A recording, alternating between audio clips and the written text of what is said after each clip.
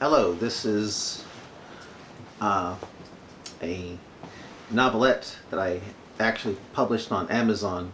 By the way, I'll be talking probably to you. We'll see what happens here. Anyway, this is a novelette I wrote and published on Amazon. It's called Call Me Jibril. It's a science fiction, Star Trekian sort of thing, you know. So, anyway, I'll read it to you now. By the way, if you're interested, on Amazon, it's under my pen name of Ramit Ramsey. Yeah. Okay.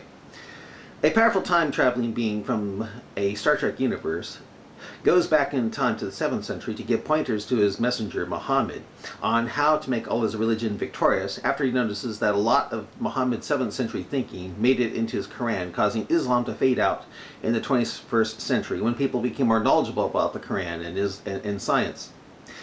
The time-traveling entity tries to update the illiterate middle-aged Muhammad on 21st century science and beyond.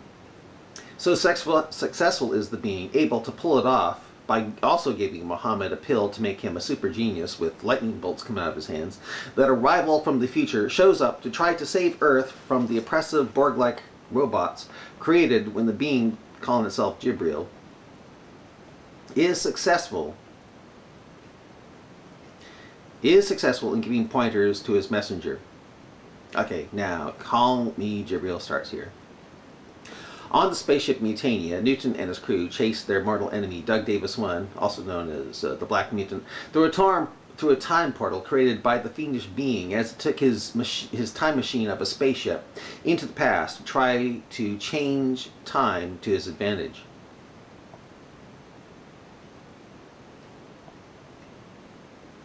Yeah. When the crew entered the universe of the past, they found themselves orbiting the Earth of the 7th century. Newton, sitting in his throne, looked at his crewman named Doug Davis 2 and asked, "Do you detect any psychic vibes of your clone yet?"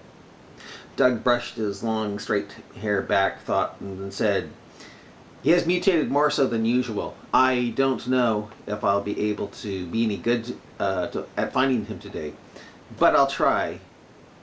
But I'll keep trying." Newton got up from his throne and said, "We have to find that evil bastard clone of yours, Doug, or the entire universe will be in nothing but mechanized idiots that only worship him or else." Newton walked over to his ship's intercom to let everyone know what was going on, saying, "My crew, we have entered the 7th century while following the time path of Doug Davis 1's time machine of a spaceship that he, no doubt, stole from the Delta Quadrant. He was hiding out in all these years, making those monstrous Borg creatures. Who knows why he was in the 21st century Russia yesterday, but knowing Doug Davis 1, you can bet it was for nothing good. As you know, Doug Davis 1 created a religion called Islam when he went back in time and squeezed a man who would later be known as Muhammad whenever Muhammad said he couldn't read. How he squeezed him to near death whenever his messenger said he couldn't read is not important, but as you know, the religion that resulted caused a lot of misery and countless meaningless deaths for centuries as those he deceived tried to obey his Quran 9, 111, 38 and 39. Command to kill and be killed in his cause, spreading Islam with the sword. Through any means necessary. Luckily, it all came to an end in the middle of the 21st century when people in that day and age of information at their fingertips went from memorizing the Quran to studying it, seeing how it didn't match up with science at all. Well, who knows why Davis 1 has gone back to the 7th century again, but yeah, who knows why Doug Davis 1 has gone back to the 7th century again, but knowing this fiendish mutation, I'm betting that it is not for, that it's not to introduce sliced bread. An hour later, as Mutania scanned the 7th century Earth for clues to the whereabouts of their nemesis, Newton and crew suddenly thought finding him was the least of their problems when they noticed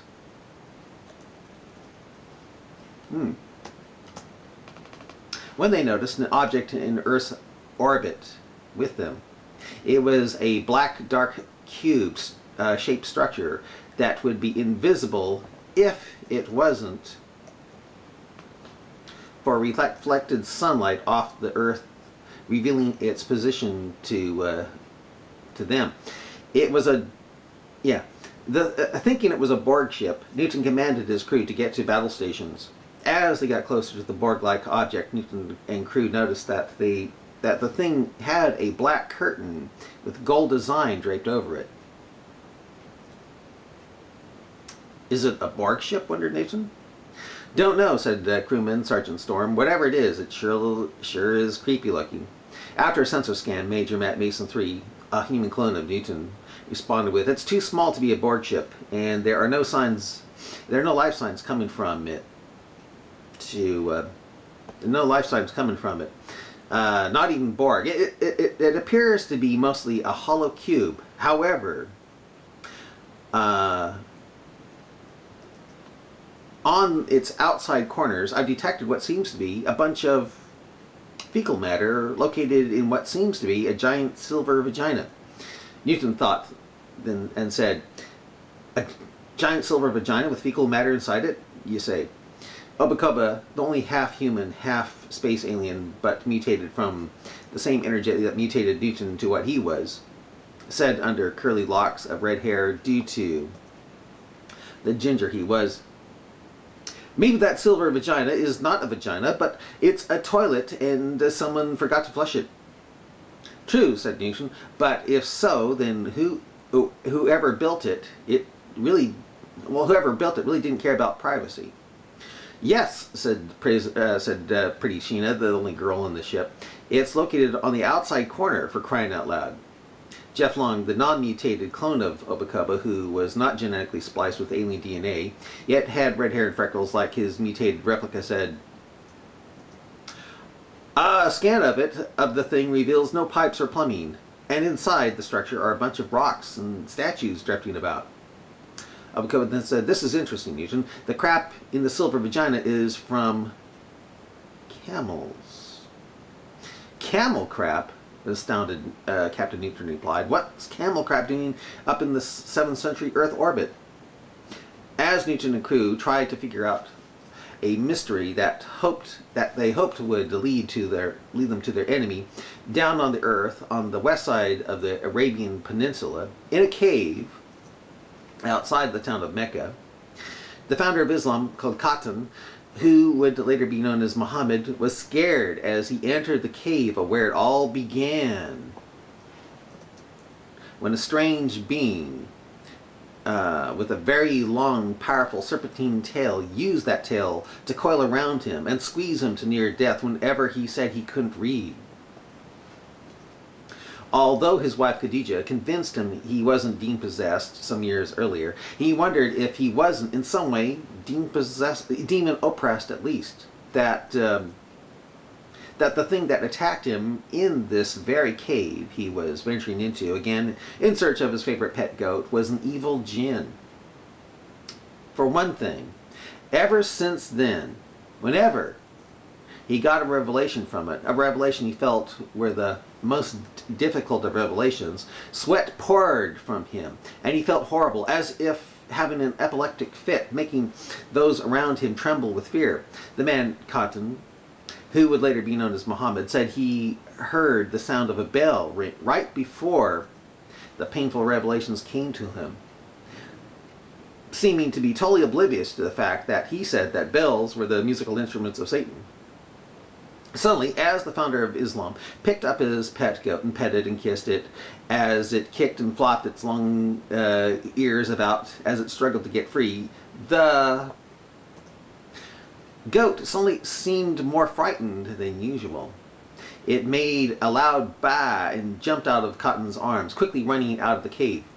"Strange," said Cotton. "Yeah, strange," said Cotton with a bit of dread coming into him. Right as Cotton turned to leave the cave lit up, and a form with what looked like glowing yellow eyes began to take form about him. "Oh Allah, not again!" Cotton groaned with growing terror. Within minutes, A yellow, glowing-eyed being with pitch-black skin and showing a smiling row of glowing, pearly white teeth, hissed as it seemed to snicker. Seeing it floating 2 feet above the cavern floor and looking down on him scared Cotton Muhammad to the point where urine ran down his leg. So hideous and horrifying did this thing appear that Cotton nearly passed out. The thing with the long, powerful python-like tail that squeezed him to near death every time he said he couldn't read was frightening to him, but at least it looked like a handsome, angelic man at the same time. This time it, or something like it, was far more evil in appearance to Cotton.